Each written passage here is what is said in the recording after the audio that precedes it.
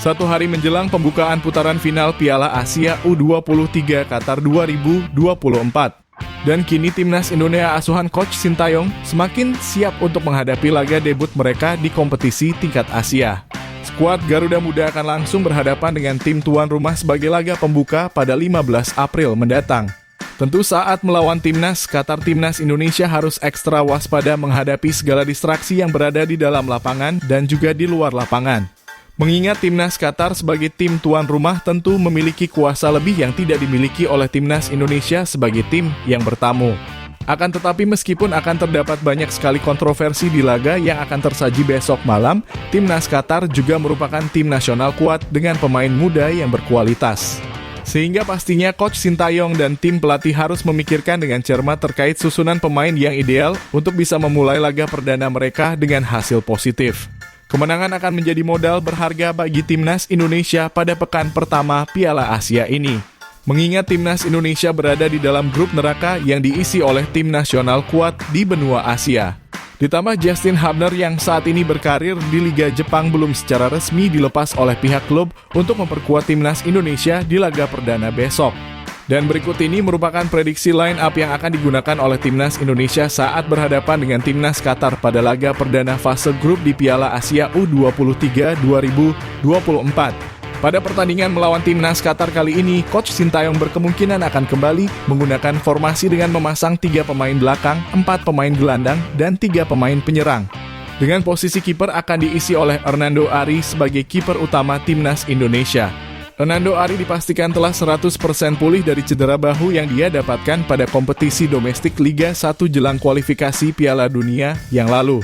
Dengan begitu sudah tentu dirinya dapat tampil sebagai opsi utama dari tim pelatih pada 3 laga di fase grup bersama timnas Indonesia, khususnya pada laga perdana besok melawan timnas Qatar.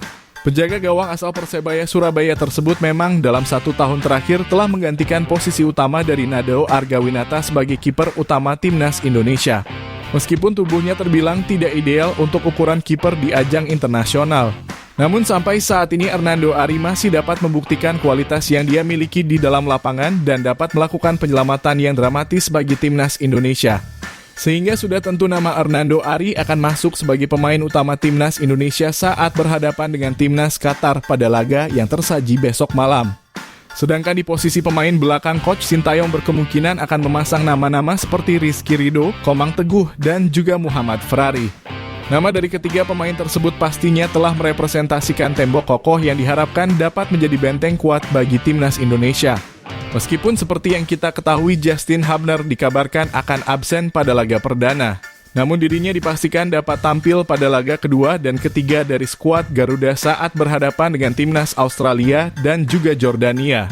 Pengalaman dari pemain asal Akademi Inggris tersebut tentu akan sangat dibutuhkan oleh timnas Indonesia pada ajang internasional seperti ini.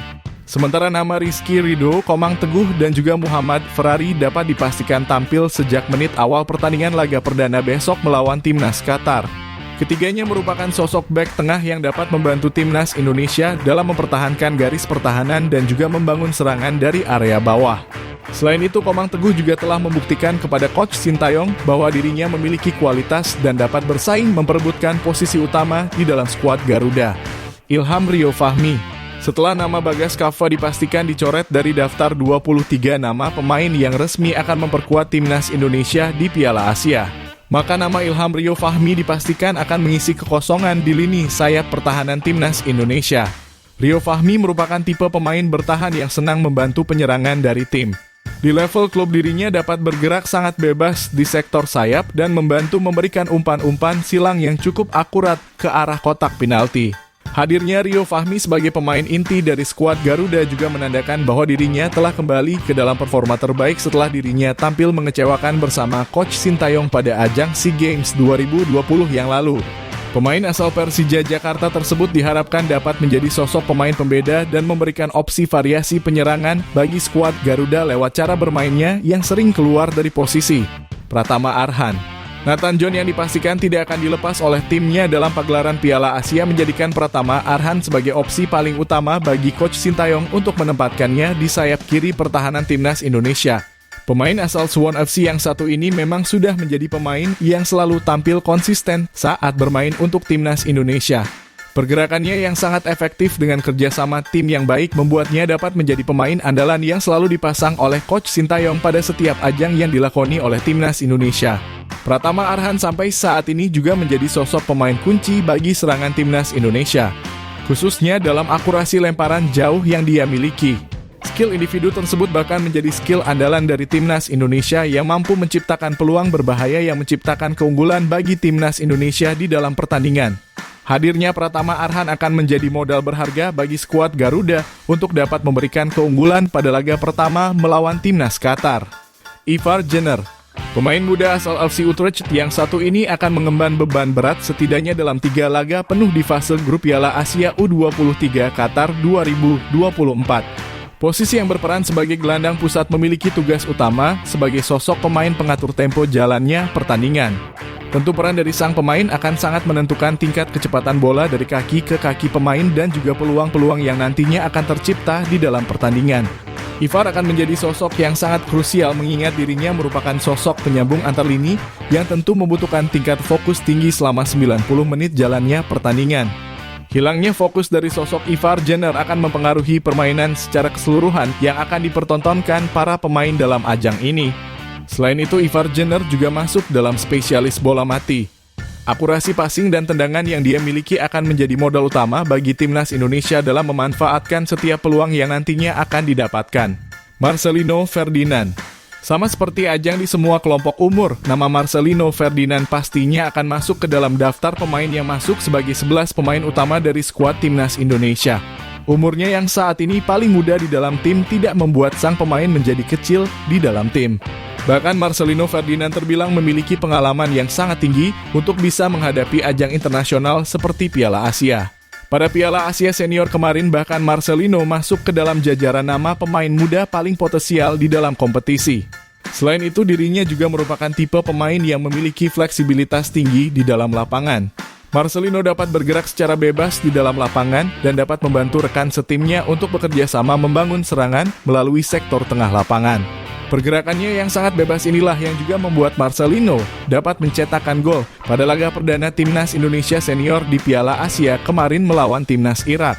Witan Sulaiman, pemain asal Bayangkara FC yang memulai karir pertamanya di benua Eropa sudah dapat dipastikan akan masuk dalam susunan pemain utama di laga melawan Timnas Qatar. Witan Sulaiman juga telah membuktikan bahwa dirinya layak untuk mendapatkan tempatnya sebagai pemain sayap melalui gol tunggal yang dia sumbangkan untuk kemenangan Timnas Indonesia atas Timnas Uni Emirat Arab pada laga uji coba kemarin. Pemain muda yang satu ini memang merupakan pemain potensial yang dimiliki oleh Timnas Indonesia sejak golongan umur maupun senior. Bersama dengan Egy Maulana Fikri, dirinya sempat menjadi duo yang sangat berpengaruh untuk klub saat keduanya bermain bersama di Liga Slovakia. Meskipun performanya masih belum stabil, namun nampaknya Coach Sintayong tetap menaruh harapan besar kepada sang pemain dengan selalu memasukkannya sejak menit awal pertandingan dimulai. Rafael Struijk, pemain asal ADO Den Haag yang satu ini dipastikan akan kembali memainkan peranannya di dalam lapangan bersama Timnas Indonesia. Rafael Struijk sejak kedatangannya pada laga melawan Timnas Palestina 1 tahun yang lalu tidak pernah tidak dimasukkan dalam skema permainan dari sang pelatih. Selama laga yang dia lakoni dirinya belum pernah memaksimalkan posisi baru yang dia terima sebagai striker murni. Namun Coach Sintayong memang tidak memintanya untuk dapat mencetakkan gol sebanyak mungkin ke gawang lawan. Tugas utama dari pemain yang satu ini adalah sebagai pemain pemantul bola yang dapat menarik tim lawan untuk bisa memberikan keuntungan bagi Timnas Indonesia. Namun pada laga perdana besok melawan Timnas Qatar, Rafael Struijk akan memainkan peran murninya sebagai pemain sayap penyerangan. Mengingat pada posisi striker, Coach Sintayong berkemungkinan akan memasang nama Hoki Caraka ataupun Ramadan Sananta sebagai ujung tombak dari skuad Garuda.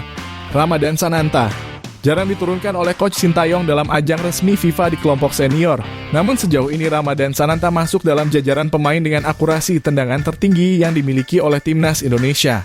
Dalam 10 pertandingan yang dia mainkan melalui bangku cadangan, Ramadan Sananta dapat menciptakan 5 gol ke gawang lawan dengan rata-rata gol diciptakan dalam 20 menit pertama sejak dirinya dimainkan.